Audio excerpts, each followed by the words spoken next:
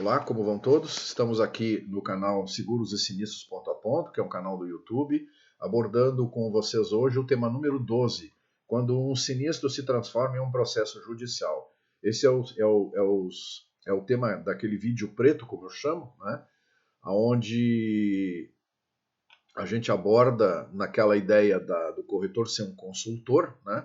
Quando a coisa está se encaminhando, infelizmente, para uma demanda judicial, nós precisamos ainda continuar assessorando o nosso cliente, né? Ele continua nosso cliente, mesmo que ele está demandando contra o segurador, né? Tomou essa decisão, qual é a melhor decisão? Esses vídeos que nós estamos aqui agora no tema 4 e os vídeos anteriores orientam essa condição para que a gente primeiro evite esse problema, né?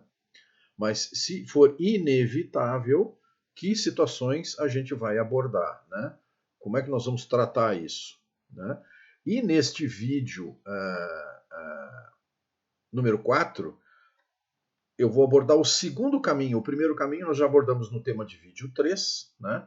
E se vocês não acompanharam os vídeos anteriores, logo acima da minha imagem aqui, tem um sinal ali onde vocês clicando, vocês vão direto para as playlists do canal, tá? E lá nas playlists você tem 4 tipos de playlists diferentes, tá?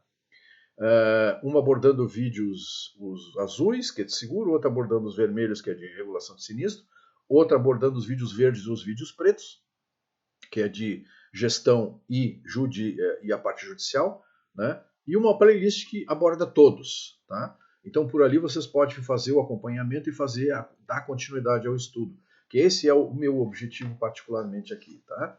Então, como dizem os nossos irmãos, sin embargo, vamos começar a dar uma olhada no segundo caminho, que é um caminho usual também na parte da judicialização, que é o juizado comum. Tá? Abordamos no vídeo 3 o juizado especial cível, também conhecido como JEC. Né? Então vamos agora abordar o juizado comum. Tá? O juizado comum é também conhecido como procedimento comum. Né? Procedimento comum. Tá? É chamado também de rito ordinário. Tá? Ele é o mais conhecido, é o mais antigo. Né? A lei fala, né, o Código de Processo Civil fala isso de maneira mais detalhada, mas deixamos ali para os procuradores, né, os advogados que vão nos assessorar quando a gente tem uma demanda dessas. Né? Porque esta demanda de procedimento comum só se dá com um advogado representando, né, o autor ou também o réu, quando for o caso. Tá? Então, assim, ó, essa parte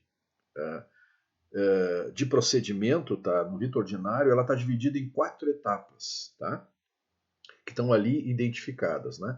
A primeira, que é chamada de etapa postulatória, é naquele momento em que as partes, digamos assim, o autor e o réu, ou mais de um réu, se acontecer, ou mais de um autor, né, mais agem. Por quê? Porque ali é que começa a questão das petições. Né? O autor entra com a petição, postulando, então, um determinado processo de indenização ou uma reclamação, pedindo, então, para que o juizado tome conta disso e faça a justiça, né?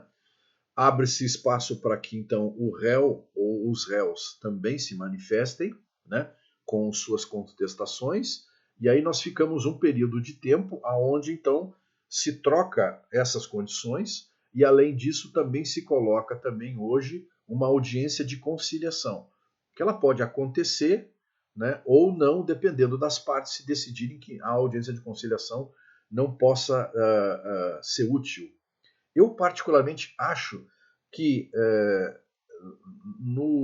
nas questões onde envolve o mercado segurador, né, às vezes é possível uma audiência de conciliação, né, um acordo que minimize e diminua todo esse tempo. Talvez às vezes não atenda totalmente aquele pleito que o nosso cliente tenha, mas às vezes pode ser útil porque o caminho a ser percorrido pode levar anos. Né? E assim também se economiza com o tempo. Né? E tempo é dinheiro. Né? Então essa fase postulatória tem muita importância. Tá? Depois nós temos a fase que é chamada de saneatória. Né? que aonde o magistrado, né, ele procura eliminar todas as dúvidas que ele porventura tem ou todos os vícios que o processo possa trazer, tá? Que foram feitos na fase anterior. Tá? E aqui ele já pode proferir sentença se ele achar que tudo está, digamos, de acordo. Né? Ele só não profere sentença aqui, né, se houver a necessidade da fase seguinte, que é a instrutória. Né? Ou seja, vai haver a necessidade de mais instrução no processo. Normalmente essa instrução aqui se dá com o quê? Com depoimentos. Né? Pessoas vão ao cartório, né, da vara civil e na frente do juiz fazem os seus depoimentos. Né? Respondem a perguntas, enfim. Ali é uma das fases instrutórias. Se não, a outra, que é muito comum também, é a fase de perícia. Né? E nós aqui envolvidos no mercado segurador, essa fase de perícia quase sempre se conclui também. Né? Ou seja, vai haver, acaba por necessitar, né, principalmente nessa área que eu estou abordando aqui, que é a área de property, né, seguro de bens, então nós estamos trabalhando com danos, né, materiais, por exemplo, a perícia, ela se torna muito importante, né? Só que ela tem um detalhe, ela implica em custos, né? Que pode, às vezes, o segurador, olhando do seu ponto de vista do segurador como réu, ter que suportar integralmente, ou ter o autor também ter que suportar parte da perícia. Né? A outra questão que se coloca também é que a perícia, uma vez posta, isso pode gerar custos, né? E esses custos, como eu disse, podem encaminhar para o segurador, mas pode encaminhar para o autor. O autor entrando e não tendo condições econômicas, né, ele entra com uma petição junto ao juiz declarando que há falta de condição econômica, né? E ele assume então uma condição ali de que os custos não lhe impactarão, né? Assistência judiciária gratuita é o nome, né? Então aí ele fica, digamos assim, isento dessa condição, mas a assistência judiciária gratuita então lhe facilita nessa condição, né? Muitas vezes transferindo ao segurador então o ônus de toda essa despesa, tá?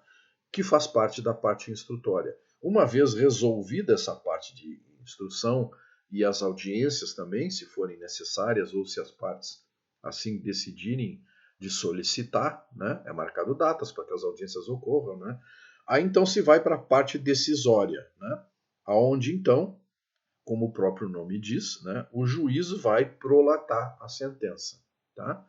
E essa sentença pode acolher total o pleito do nosso segurado, ou parcialmente, ou não acolher. Né?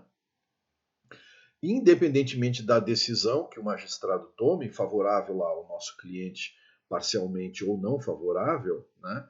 Ainda cabe, evidentemente, que ainda recursos. Né? Eu não vou entrar no mérito dos recursos, porque aí é uma sofisticação no processo, né? Mas eu informo que cabem recursos ainda em segundo grau, né, onde há desembargadores que podem novamente analisar e tomar uma decisão diferente. Né? Apesar de que instrução já foi feita, não vai haver mais perícia, não vai haver mais prova, os desembargadores em segunda instância vão decidir sobre o que já está no processo. Tá? Ou seja, a alternativa seria ali reformar ou não a sentença do juizado de primeiro grau, apenas isso. Tá? Então, é uma outra alternativa, mas ela demanda tempo. Por isso que eu estou apresentando todas as hipóteses para vocês, né? Para que olhem isso com muito cuidado, né?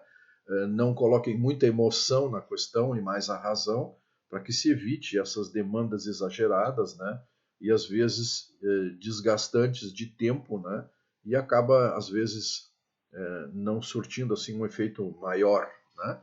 Mas está aí, essa é a forma e nós como corretores temos a obrigação de aconselhar e apontar para o nosso cliente quais as etapas que ele pode utilizar nessa questão. Ainda temos mais um caminho de judicialização que nós vamos ver no próximo vídeo. Tá? Por enquanto ficamos por aqui. Espero que tenha sido útil essas informações passadas para vocês, né? Inscrevam-se no canal se gostaram, né? Façam os comentários aqui, né? Alguma dúvida que porventura tenham. Compartilhem com colegas, né? Esse vídeo, se acharam interessante, tá? Então ficamos por aqui hoje. Muito obrigado. Fiquem com Deus.